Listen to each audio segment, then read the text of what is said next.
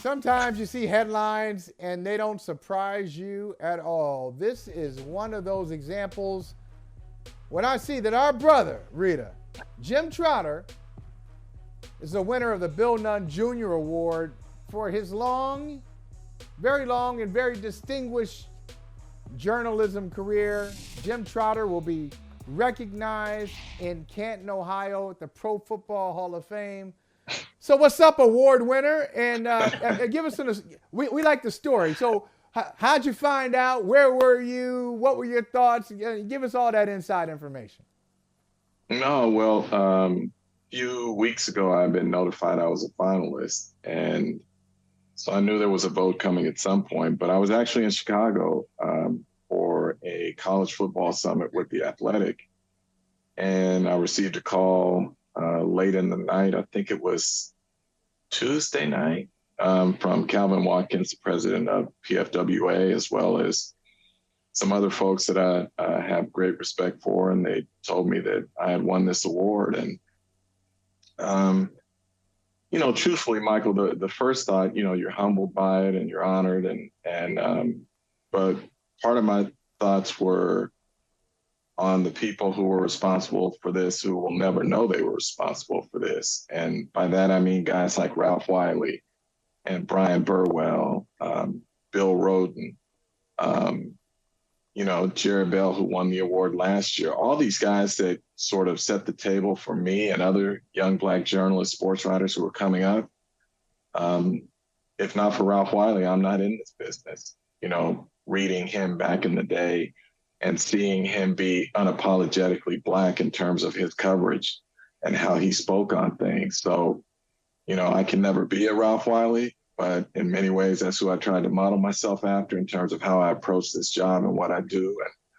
And hopefully from up above, he's looking down saying, you did okay. I think he thinks that you did a fantastic job. And I just want to say, for me, a person that was trying to do media, 15, 16 years ago, I very much followed your career. And so what you did had a lot of aspirations for me, and it had a reflection on what it is that I wanted to do. So I really feel like that this is such a deserving award for you, because I was one of the people that followed your career and just was like, this is what journalism should be about, and sports journalism. So congratulations. Rita, that means so much. And I mean this sincerely. This, Michael, when you're in it, you're in it. And so you're not really thinking about all these other things or who you might be impacting. You're simply trying. I'll speak for myself. Every day, I just didn't want to embarrass myself or embarrass those people who helped me get to this point. So you're not thinking about all those other things. And so, for the last 2 days now, to hear people reach out and talk about just me doing my job, what it has meant to them. I mean, it's when I say it's humbling, I mean, it's humbling, because you just don't know that you reach or touch that many people. So I thank you, and I thank everyone else who's reached out. It truly means a lot. And you have touched a lot of people. You've done a great job throughout your career. And Jim, if I were looking for somebody, no matter what the profession is, if I'm looking for somebody to work for my company, I'm just going to go with the results, and I'll take it from there. For example, like in other words, you wouldn't have to give me some accelerator program where I have to sit down with candidates so I can be more comfortable with them, because maybe I'm not comfortable with them because they're from a different background, or they have a different skin tone, or a different gender. I mean, this is the biggest bunch of BS. Like, I understand what the league, I guess, is trying to do with their coaching accelerator program, where they sit down, they have a bunch of coaches and sit them with ownership, so ownership can get comfortable with them. Well, damn it, why don't you know what Leslie Frazier's done already? Why haven't you done your homework? You're one of the top people in your profession, and I got to sit down with you so you understand why I'm good. I'm Chris Richard. You have to understand why I'm good. Brian Johnson in Philadelphia, you have to understand me. And look at these names. Like, I'm not even hiring. And I know Pep Hamilton. I know some of these people. I know how good they are. Jim, what are they doing?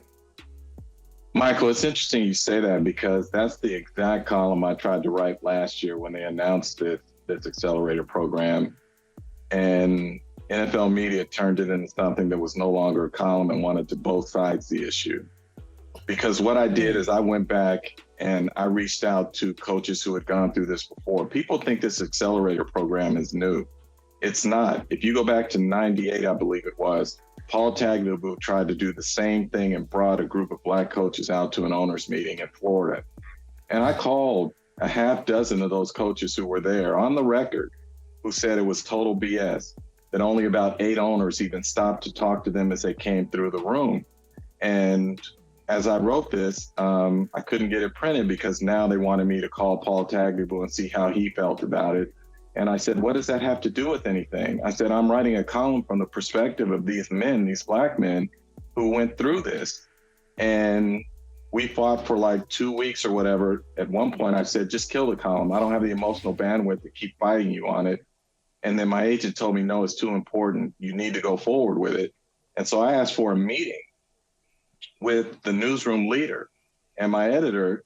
And I said, I want to talk this through so that we can get this done. And we finally get it done to a point where we all agree, okay, we can run it. And then I'm asked by the newsroom leader, well, do you think this is the time to run it? And I said, no, it's not. I said, the time to run it was before the event took place, which is when I tried to run it. We're now 2 weeks out, so it's going to just come out of the blue and make no sense here. And what I was told is that, yeah, I think you're right. Let's wait until, something comes up and then we'll revisit this again. So this is not new. And when you look at the results from last year's accelerator initiative, what do we get? We got 1 Black general manager and we got a net 0 on Black coaches. So I get why the league is doing it. And I'm not being critical of the league here. I'm being critical of the owners. Because as you say, if you have to have something like this to learn about who these men are and what they're about, that's on you. That's not on these men, and it's not on the league office. It is on the owners, and it's shameful, in my opinion.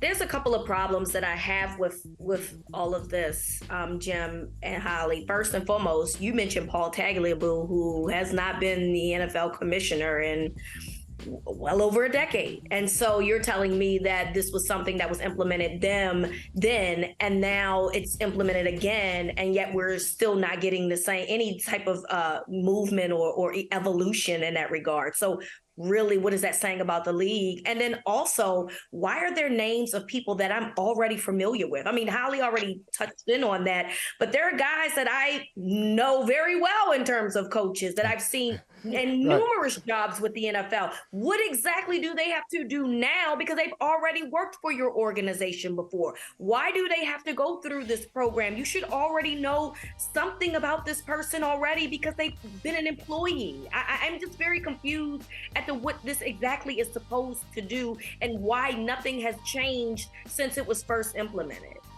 Rita, is simply cover. It's cover for the NFL. That's what I believe.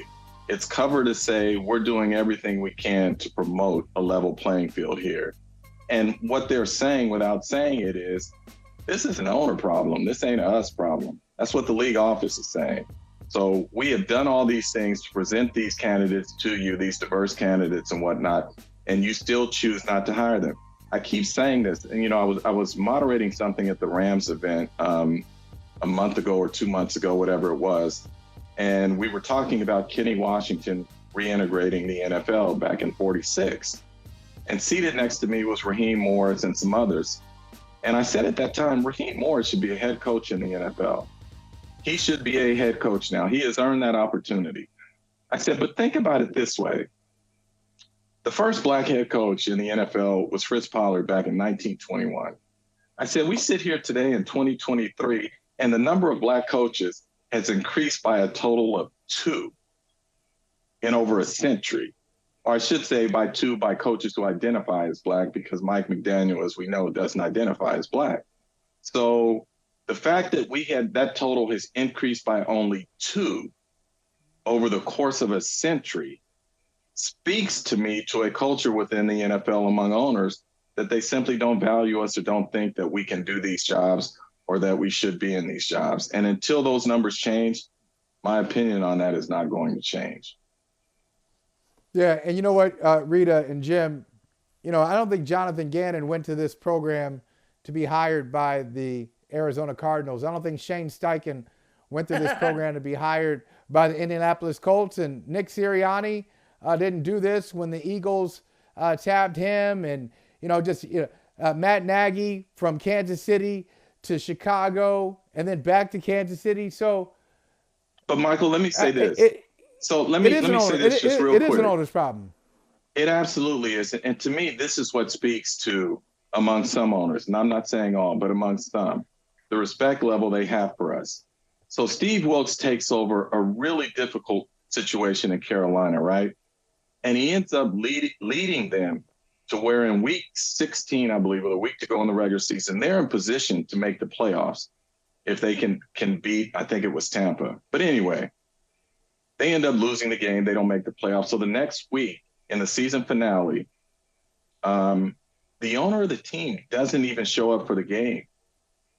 And I'm saying about David Tepper, if nothing else, I want to go and say to Steve Wilkes and to the players in that locker room, thank you for not quitting on the season. Thank you for giving me everything you had, right? He doesn't even show up. And so we look at the job that Steve Wilkes did, and he doesn't get hired, right? Frank Reich gets hired, and I think Frank is a good coach. I'm not complaining about that. But now look at that offensive staff and how diverse it is. And you're telling me that those people weren't good enough to be the head coach, but you're going to load your staff with all these people as assistant coaches? I'm like, come on here, man. What are we doing? What are we saying? It's so transparent. So I do think owners have a real problem hiring people into these decision-making positions who do not look like them or who do not share the same cultural background as them. And that is not me saying it. That is the data saying it. And listen, and to bring this, I'm sorry. Yeah, I was going to say, Rita, just to land this plane and to bring it full circle, that's why you got the award that you got. That's one of the reasons that you are the winner of the Bill Nunn Jr. Award, because you have been unafraid, unbothered, going into territory that some people would consider hostile, that is hostile, and speaking your truth and telling the story like the story needs to be told. It's not like, Jim, you sat there and just thrown your opinions out there. You have a position, you have integrity, and you talk to people. If they're willing to talk to you, you'll talk to them, and you tell the story the right way. So, man, we appreciate you. We love you. And, you can, I'm not going to ask you to fly me first class to Canton. Unless you want to. Unless you want to. There's no pressure. Unless I want. No pressure. No pressure. Let me put it this way. If I had your bank account, I have no problem flying you first class. Okay. All right. What? So look at the time. Look at the time. Is what you're saying. He can buy his own ticket. No. I'm just saying if I had his bank account, I would fly him first class. But on my bank account, I'm gonna have to fly you. We gotta go. Michael. I'm sorry, Jim. I'm sorry, Jim. I'm sorry. Jim, I'm sorry. We're out of time now. We have no time for this. Hey, thank you for watching Brother from Another. If you haven't hit that subscribe button, go ahead and do that now. Don't forget, you can catch us 3 to 4 weekdays on PeacockTV.com and on Sirius XM Channel 85.